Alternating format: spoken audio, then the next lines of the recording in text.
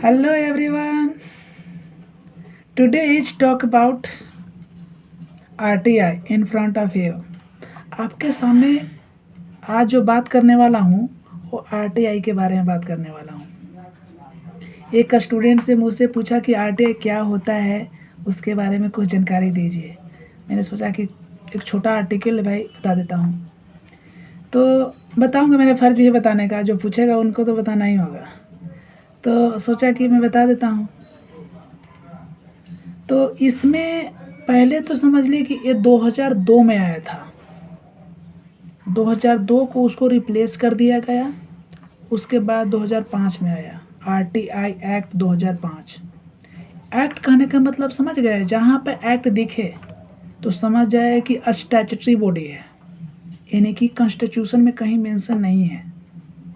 समझ गए, ये कहीं कॉन्स्टिट्यूशन में मेंशन नहीं है, ये पार्लियामेंट द्वारा बना है RTI। पार्लियामेंट का तो प्रोसेस पता ही होगा, क्योंकि पहले लोकसभा में बिल जाता है, फिर राज्यसभा में जाता है, फिर प्रेसिडेंट की साइन होती है। ये 3 प्रोसेस से गुजरता है तब जाके वो एक्ट बनता है। तो ये 3 प्रोसेस से गुजरा है तब जाके ये एक्ट बना है। ओके, तो इसके बारे में ये स्टैट्यूटरी बॉडी, आप समझ गए कि स्टैट्यूटरी बॉडी एक्ट से बना हुआ था, स्टैट्यूटरी बॉडी होगा, है ही। तो 2005 में आया RTI एक्ट 2005। ओके, नेक्स्ट बढ़ते हैं कि इसमें 2 कमीशन होता है। ये क्या होता है, इसके थ्रू क्या करेंगे, समझिए कि ये आम आदमी का एक पावर होता है। इंडिया का हर सिटीजन, कोई भी सिटीजन हो, इंडिया का कोई भी नागरिक हो, अगर इंफॉर्मेशन लेना चाहता है किसी भी डिपार्टमेंट से तो ले सकता है थ्रू RTI के थ्रू ले सकता है। या तो सेंट्रल में भी ले सकता है या तो स्टेट में भी ले सकता है, दोनों में कहीं से भी ले सकता है। और दोनों में कमीशन सेपरेट बैठता है जो आपको इन्फॉर्मेशन देगा। ठीक है, वो दोनों के बारे में बताएंगे। पहला है आपका स्टेट में जो बैठता है स्टेट इन्फॉर्मेशन कमीशन बैठता है, और सेंट्रल में जो बैठता है सेंट्रल इन्फॉर्मेशन कमीशन। दोनों का सेपरेट है। अगर कोई भी जनता सिटीजन इंडिया का अगर इन्फॉर्मेशन लेना चाहता है स्टेट डिपार्टमेंट से तो सेंट्रल में थोड़े जाएगा जी, स्टेट में जाएगा, क्योंकि इसमें कमीशन यहाँ ऑर्गेनाइज किया गया है। अगर जो आदमी इंडिया का सिटीजन है वो सेंट्रल से लेना चाहता है तो स्टेट में कहा जाएगा, सेंट्रल में जाएगा, है कि नहीं। तो ये है, तो देखिए कितना पावर है RTI में। लेकिन इतना खुश मत होइए, ये पावर का इतना हनन हो रहा है कि आम आदमी का इसका तो कोई सुनेगा नहीं। आगे बताऊंगा कैसे हनन हो रहा है। तो इसमें समझ लीजिए कि 2 कमीशन बैठता है, एक सेंट्रल में बैठता है, एक स्टेट में बैठता है। ठीक है, 2005 में आया था, ये भी समझ गए। 2005 में आया था RTI। ये जनता के इन्फॉर्मेशन के लिए दिया गया है कि कोई भी जनता अगर किसी भी डिपार्टमेंट से इन्फॉर्मेशन लेता है तो उसको दिया जाएगा विदिन 13 डे, 30 दिन के अंदर। या तो स्टेट से लेना चाहता है तो स्टेट से लेगा, या तो सेंटर से लेना चाहता है तो सेंटर से लेगा। ओके, यहाँ तक तो समझ गए। अभी तो कोई इसमें टर्म एंड कंडीशन क्या होता है, कौन वर्क करता है, कैसे वर्क करता है। तो कमीशन में जो भी इन्वॉल्व होंगे वो 3 साल तक रहेंगे। एक बार अगर उसको बनाया जाएगा या चूज किया जाएगा, वैकेंसी जो खाली है उसको भरा जाएगा तो 3 साल वर्क करेगा। 3 साल वर्क, अनंतर रिटायरमेंट के समय 65 ईयर्स, यानी कि 65 ईयर्स।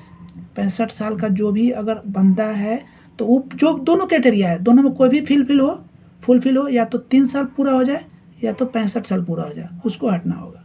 ठीक है, तो 3 साल का ही जॉब है कमीशन का। फिर समझते हैं आगे।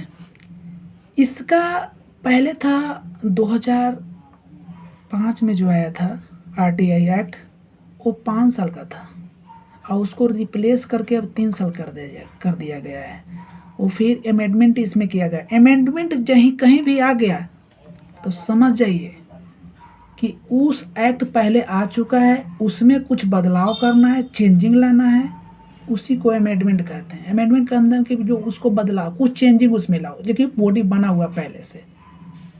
ओके, तो इसमें स्टैट्यूटरी बॉडी है इसमें 3 साल तक होल्ड कर सकते हैं, 3 साल तक जॉब कर सकते हैं, जो भी अगर चूज किया जाता है या तो सेंट्रल में या तो स्टेट में 3 साल तक कर सकते हैं। उसके बाद 65 ईयर रिटायरमेंट का एज है। वो बस 3 गो है बताए, अब इससे ज़्यादा कुछ नहीं है। अब सुनिए कि आरटीआई का कैसे हनन हो रहा है।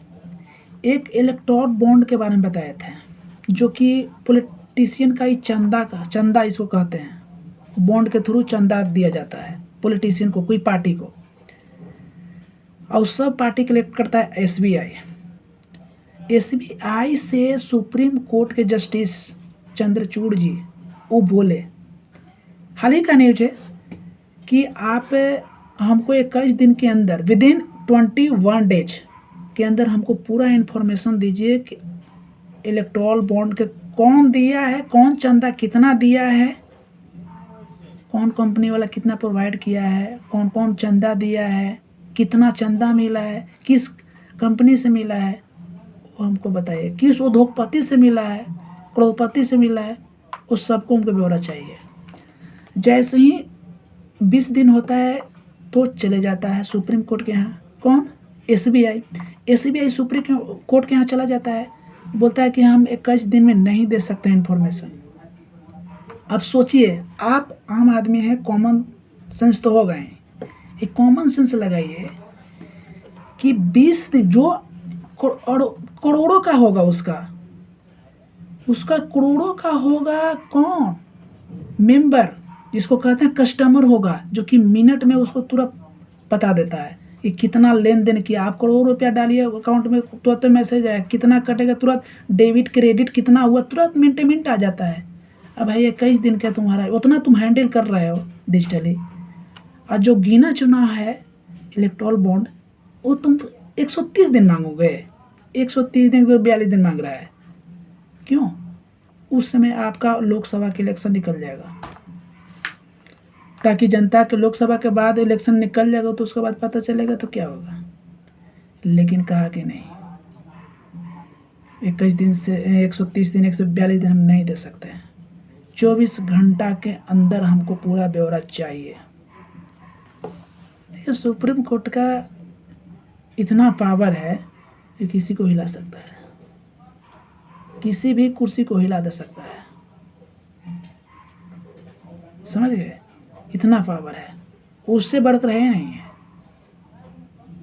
लास्ट में सब थकता है तो बस सुप्रीम कोर्ट पहुंचता है, और वहाँ यस या तो नो। तो 24 घंटा के अंदर पूरा ब्यौरा दिया है।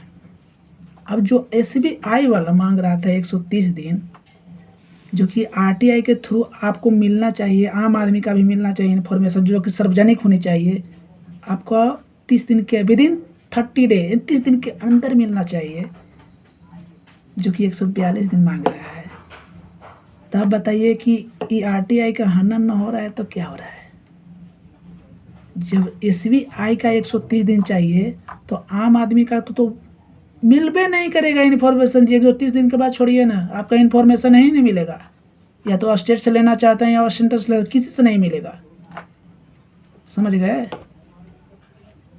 और हमें दूसरी बात है कि ये फंडामेंटल 19 एक आर्टिकल 19 फंडामेंटल राइट का हनन हो रहा है। किसके थ्रू? इसको आरटीआई के थ्रू। आप बताइए, आपका अधिकार है, आर्टिकल 19 फंडामेंटल राइट में दिया हुआ है, मेंशन किया हो कॉन्स्टिट्यूशन में कि आपका अधिकार है, तुम ले सकते हो, आपका नहीं मिल रहा है, तो फंडामेंटल राइट का हनन हो रहा है कि नहीं हो रहा है? बिल्कुल हो रहा है।